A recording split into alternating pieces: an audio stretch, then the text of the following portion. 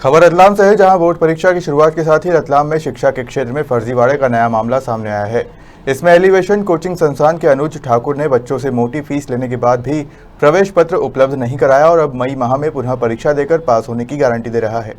अपने भविष्य से खिलवाड़ होता देख बच्चों ने नगर पुलिस अधीक्षक कार्यालय पहुंचकर इस पूरे मामले की शिकायत दर्ज कराई है, जिसके बाद एसपी ने कोचिंग संचालक अनुज ठाकुर को गिरफ्तार किया। वहीं बच्चों की माने तो कोचिंग संचालक द्वारा 2500 रुपए एक बार और 5 से 6000 रुपए दूसरी बार लेकर परीक्षा दिलाने की बात कही गई थी, लेकिन एडमिट कार्ड ही नहीं आए हैं। एडमिट कार्ड नहीं होने से वे लोग परीक्षा देने से वंचित रह गए। ये आज संज्ञान में मामला आया हुआ है, जिसके अंदर कुछ जो 10वीं 12वीं के बच्चे हैं जिनकी एग्ज़ाम थी और इन लोगों ने पूरे साल भर एक किसी प्राइवेट कोचिंग में क्लासेस भी अटेंड किए हुए हैं और उनके द्वारा बताया गया था कि उनको प्रवेश पत्र दिलवाया जाएगा, मगर वो प्रवेश पत्र नहीं मिला है इनको, जिसकी वजह से इनके जो है वो एक साल बर्बाद हुआ है। ये सभी ने शिकायत करने के बाद इसमें मामला अभी पंजीबद्ध किया जा रहा है। मामला पंजीबद्ध करके जो आरोपी है पंकज ठाकुर, अनुज ठाकुर करके जो नाम है उसको राउंड अप कर लिया गया है और उससे अभी पूछताछ जारी है। आगे अग्रिम कार्यवाही भी की जाएगी। सर 2 दिन पहले शिकायत करी थी इन्होंने थाने पर, तो अगर ध्यान देते तो इनका आज पेपर हो जाता बच्चों का। देखिए क्या है कि अगर वो उनको सर्टिफिकेट नहीं मिला हुआ है तो वो 24 घंटे में सर्टिफिकेट तो उनको नहीं मिलेगा, क्योंकि जब आपका साल भर का एफिलिएटेड कोई स्कूल होती है उसमें बाद में वो भोपाल में जाते हैं, भोपाल से एक साथ वो 10वीं 12वीं की जो एग्ज़ाम्स कंडक्ट होती है उसमें सर्टिफिकेट मिलता है। ये कोई ऐसा मामला नहीं है कि आपने अभी बोला और 1 घंटे में आपको सर्टिफिकेट मिल गया।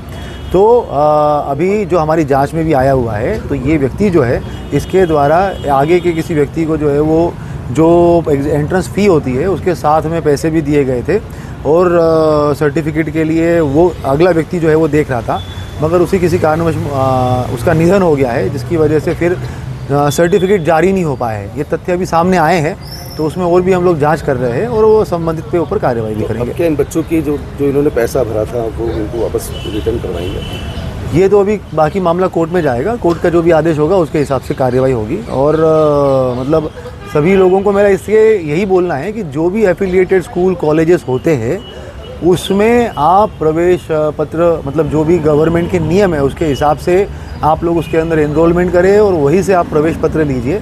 अगर कोई प्राइवेट संस्थान के द्वारा अगर उस नियम में आता है और उससे प्रवेश पत्र मिलने वाला है तो आपको कम से कम ये देखना पड़ेगा कि कम से कम 1 महीना 1.5 महीना पहले आपके पास में वो प्रवेश पत्र आ जाए, क्योंकि अगर वो नहीं आ रहा है तो उसके संबंध में पुनः कार्यवाही करके बोर्ड से जो आपका बोर्ड एग्ज़ाम कंडक्ट करवाती है उससे सर्टिफिकेट लाने के लिए भी एक प्रोसेस होती है। उस प्रोसेस के थ्रू आने में भी टाइम लगता है। 1 या 2 घंटे के अंदर वो सर्टिफिकेट नहीं प्राप्त हो सकता। क्या होगी आपको प्रवेश पत्र? मैं क्लास 10th की हूँ और है ना हमें प्रवेश पत्र नहीं मिला। हमने 15 दिन से सर से बोला था कि सर हमें प्रवेश पत्र, तो बोले कि मैं कल आपको बताता हूँ। फिर अब बोलते हैं आप कोचिंग तो आओ, आपको बताता हूँ। फिर हम कोचिंग गए, कोचिंग पे छुट्टी हो गई। हम कोचिंग गए, जैसे ही मैसेज भेज दिया कि छुट्टी है। फिर हमने बोला सर आप तो हमारा प्रवेश पत्र कब हो रहे थे? फिर बोले कि मैं बताता हूँ, आप लोग को रुक जाओ। फिर हमारी एग्ज़ाम आ गई। हमने परसों बात करी सर से, तो बोले कि मैं भोपाल जा रहा हूँ, भोपाल जाके आप लोग का एडमिट कार्ड ढूंढ रहा हूँ। फिर हमारा एडमिट कार्ड नहीं मिला। हमारी आज एग्ज़ाम थी और हमने फॉर्म भरा था आपने? एलिवेशन कोचिंग में प्राइवेट फॉर्म भरा था? हाँ, हमने प्राइवेट फॉर्म भरा था। क्या बोले कोचिंग वाले आपको? कोचिंग वाले बोले कि आपको एडमिट कार्ड, हमने फॉर्म तो नहीं भरा हैगा, जहाँ फॉर्म भरा था ना उनकी डेथ हो गई हैगी। तो हमने बोला कि सर नामांकन नंबर दे दो, हम निकलवा लेंगे एडमिट कार्ड पर। उन्हें हमें नामांकन नंबर नहीं दिया। उन्हें कितने पैसे दिए थे आपने? 5000 रुपये सभी ने दिए। कितने विद्यार्थी है आपके साथ? हम 8 जन रहेंगे। 10th के 8 है ना। तो बोला सी है और मैं एजुकेशन कोचिंग में प्राइवेट पढ़ता था सर। मेरे को फीस भी ली गई 5-5 हज़ार पर। हमें एडमिट कार्ड भी नहीं दिया। 15 दिन हो गए सर हमारे पास। और हमको रोज ऐसा बोला गया था कि आपको दे देंगे। कोचिंग आते थे, कोचिंग की छुट्टी मैसेज पे बोल रहे थे कि हम कोचिंग पढ़ने के बाद बोलते हैं छुट्टी है आज। और हम जब कल परसों पहुँचे कोचिंग तो यूँ बोलते हैं कि आपको 1 दिन रुकना पड़ेगा, मैं भोपाल जा रहा हूँ।